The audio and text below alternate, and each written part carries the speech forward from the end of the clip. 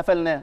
لكن الكابتن ايمن يونس برضو معانا في موضوع تاني، بس موضوع والله العظيم احنا معاه وموافقين عليه، بس عشان جايبينه عشان بس نعرفكم ان تعرفوا المعلومه دي وتعرفوا اللي بيتم، عشان ما تجوش بعد كده تقولوا اصل اتحاد الكره الاهلاوي. احنا البرنامج الوحيد اللي كان مرحب بوجود الاستاذ عمرو الجنايني في كل البرامج الرياضيه، وقلنا احنا حابين ده عشان هيكون شاهد على انتصارات النادي الاهلي، وهيتغير من الاستاذ عمرو الجنايني قبل المسؤوليه وبعد المسؤوليه. وانا متاكد ان هو بدل ما يسلم بطولات النادي الاهلي الفتره المؤخره بقى فاهم ازاي النادي الاهلي بالفعل بيحقق البطولات، وبقى شايف بعينيه ان نجاحات النادي الاهلي نجاحات معتمده على مثلثات او مراكز قوه داخل النادي الاهلي، اداره، جهاز فني، لاعبين، جماهير. لكن الكابتن ايمن يونس كان عنده وجهه نظر في مساعده اتحاد الكره برئاسه الاستاذ عمرو الجنايني. نسمع عشان نسجلها للتاريخ برغم ان احنا معاه. شوف الفيديو.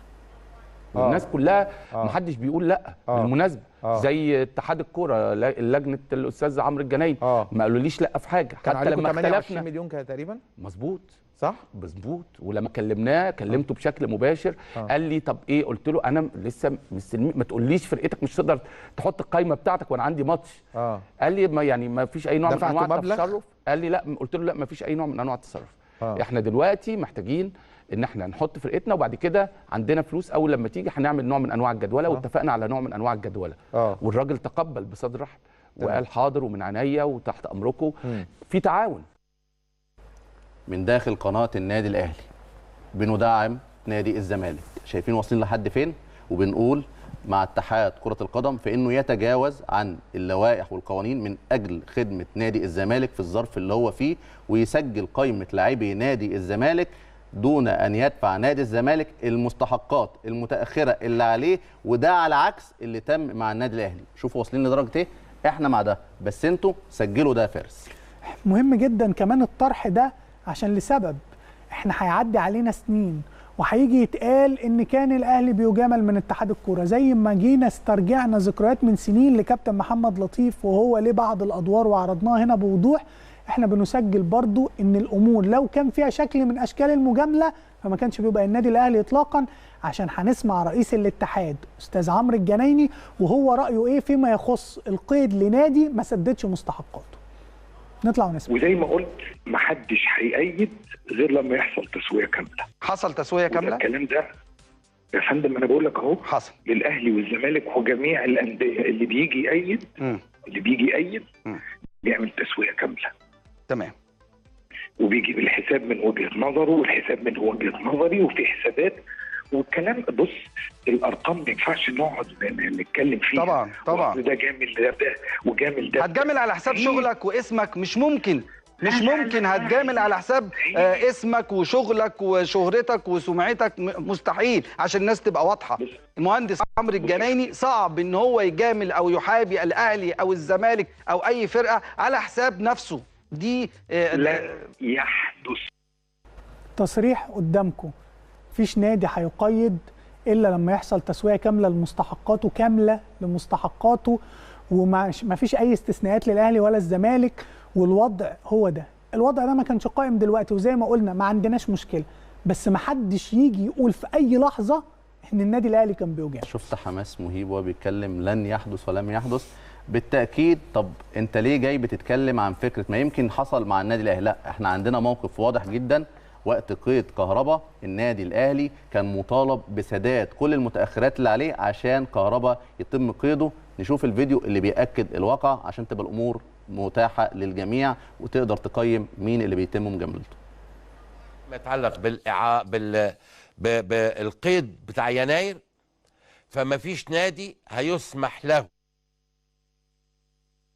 المديونيات اللي عليه. ده خبر مؤكد. يعني بالبلدي مثلا النادي الاهلي عايز يأيد كهربا يوم 1 يناير عشان كهربا يلعب يوم 1 يناير، ربما يلعب يعني مباراة الاهلي مثلا مع مصر المقاصة ويأيده في نفس اليوم افريقيا عشان يكمل بيه. الاهلي عليه مديونية حوالي 8 مليون جنيه لازم يدفعوا، والزمالك عليه مديونية حوالي 16 مليون جنيه لازم يدفعوا عشان يأيد، يكون له حق القيد. ده امر مؤكد 100% ما ينقصوش واحد. هو الاهلي عليه 8 مليون والزمالك عليه 16، بس النادي الاهلي دفع 15 مليون بالفعل عشان يتم قيد كهرباء، لان احنا قلنا هنا ان النادي الاهلي مع اللوائح ومع القوانين، حتى لو فكره ان حد تاني بيتجامل النادي الاهلي مش بيتجامل. فاتتك دي ايه؟ ال8 اكبر من ال16.